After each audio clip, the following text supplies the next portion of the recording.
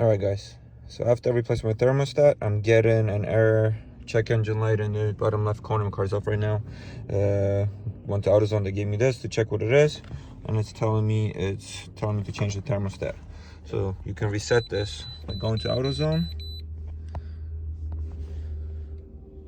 I'm gonna turn the car to ACC, they said, because I'm just resetting it. Or to on. I'm not turning the car actually on. And as you see, that engine light is on.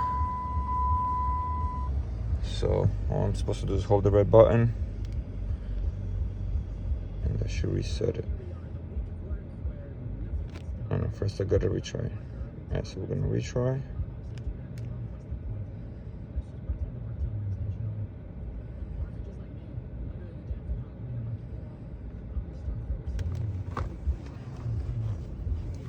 So the first time I did it, it was my report.